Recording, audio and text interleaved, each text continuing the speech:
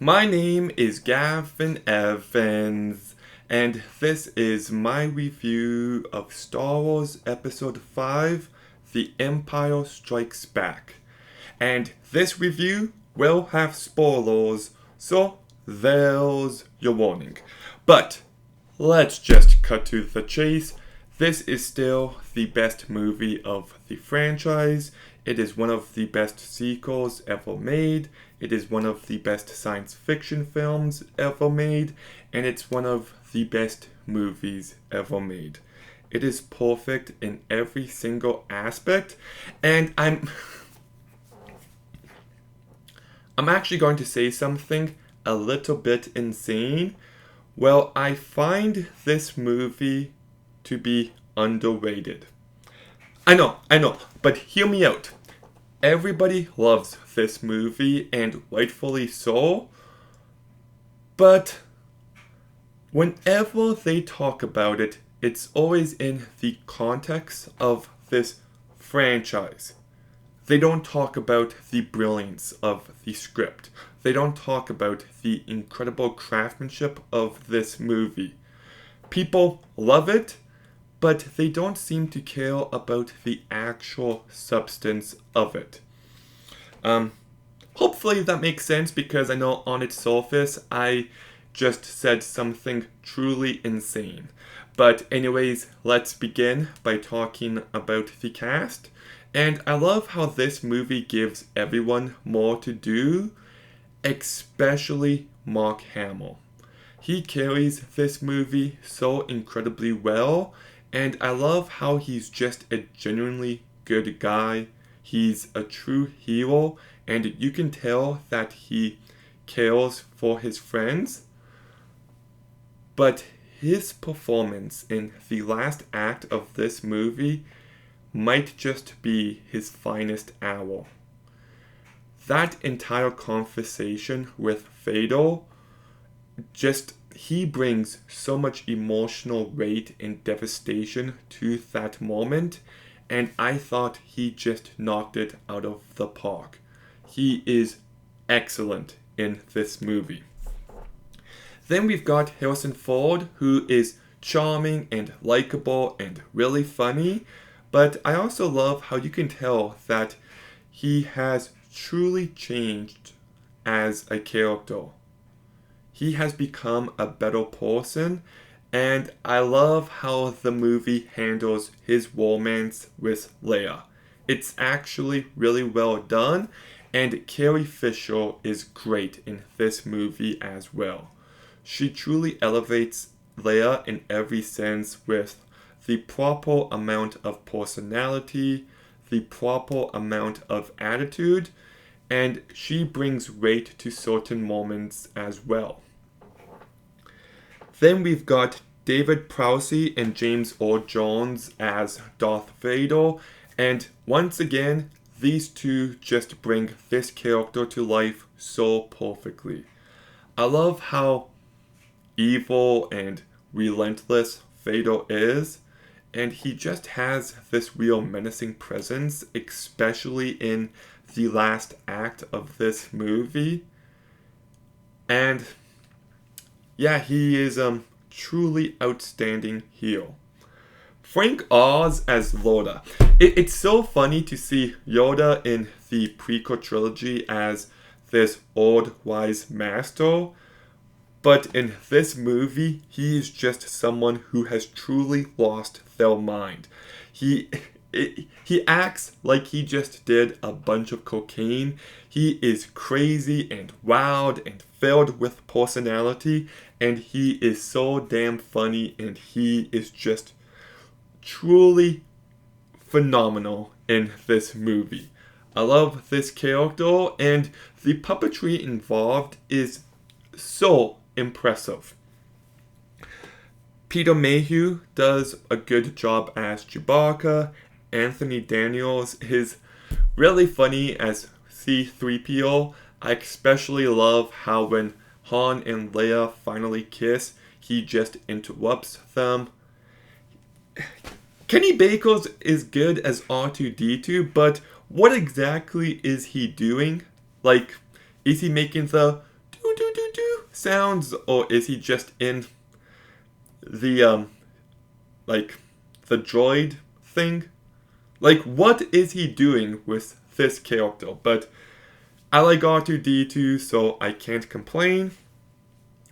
And Billy D. Williams is great as Lando in this movie. I love how you don't know if you can trust him or not, and it turns out you can't, but there's more depth to it than just that, and I thought he just brought plenty to this character. Well, he's kinda of a bad guy, but he's not really. Like, I don't know, like, the guy's barely in the movie, but he leaves a huge impression. And I love how this movie introduces Boba Fett. Like, first of all, his costume, his vehicle, the Slave One, is just iconic. But just that one line of Darth Vader saying, "No disintegrations this time," that one line gives you all the information you need to know about this character. And I like the character designs of Dengo and Bosk and Lobot as well. So the cast and this bunch of characters are truly outstanding. But the world building in these movies is just so creative and so imaginative, and it's why we fell in love with these movies. All the different locations here are just brought to life in the most pitch perfect manner. Like, you've got Hoth, which is just this icy cold planet. Then you've got Dagobah, which is just a giant swamp. Then you've got Bespin, aka Cloud City, which is just so unique and stunning to look at. And each location feels distinct. And the actual production design of these locations, it's unbelievable. Like, the Rebel Base and the ice caves of Hoth are just brought to life so incredibly well. And the carbonite freezing chamber, like, just those red lights make that small area stand out. It is an iconic location because of the production design. Yeah, it's just truly a work of art throughout. And I also love lots of the creature designs, like the Tauntauns and the Wampas. Just, once again, it's so rich in detail, and the space scenes still hold up.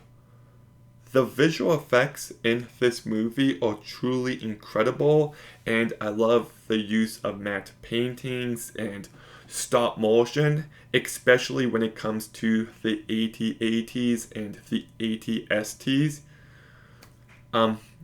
Just the craft of this movie is inspiring to me.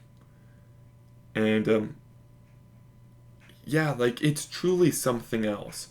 Well, everything is brought to life in a pitch perfect manner, and when you keep in mind the time that this movie came out in, it's even more impressive. So Irvin Kershner just directed this movie so incredibly well.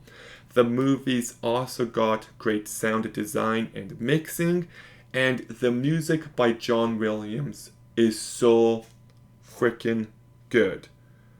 Like, the Imperial March is one of the most iconic pieces of music, and it just sets the tone for the villains perfectly. Do, do, do, do, do, do. I can't do it, but it's so good. It really is. And on top of all that, the story here is so compelling. Like, I love how this movie puts its characters first, and I love how throughout, Darth Vader is obsessed with finding Luke, and you kind of think it's because of what Luke did at the end of A New Hope. And the movie keeps building and building, and Luke goes for his training, and then we get the big showdown.